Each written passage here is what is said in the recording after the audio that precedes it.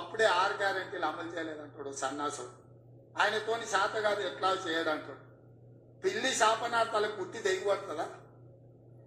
ఇలా పొంకనాలు కాకపోతే 10 ఏళ్లలో మీరు ఏనాడైనా పేదవాళ్ళ ఇంటికి 200 యూనిట్ల ఉచిత కరెంట్ ఇవ్వాలన్న ఆలోచన చేసినవా?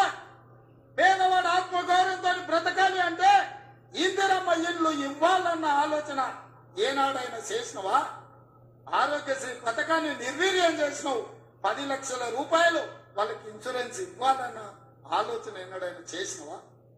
ఇవాళ అందుకే ఆడబిడ్డల్ని ఆదుకోవడానికి 500 రూపాయలకు సిలిండర్ ఇచ్చి ఆడబిడ్డల్ని ఆదుకోవాలి, కట్టెలపై కష్టాల నుంచి వాళ్ళని కాపాడాలి అని తొందరలోనే మా ఆడబిడ్డల కోసం 500 రూపాయలకే ఇంటింటికి సిలిండర్ ఇచ్చే బాధ్యత మా మంత్రివర్గం తీసుకున్నది.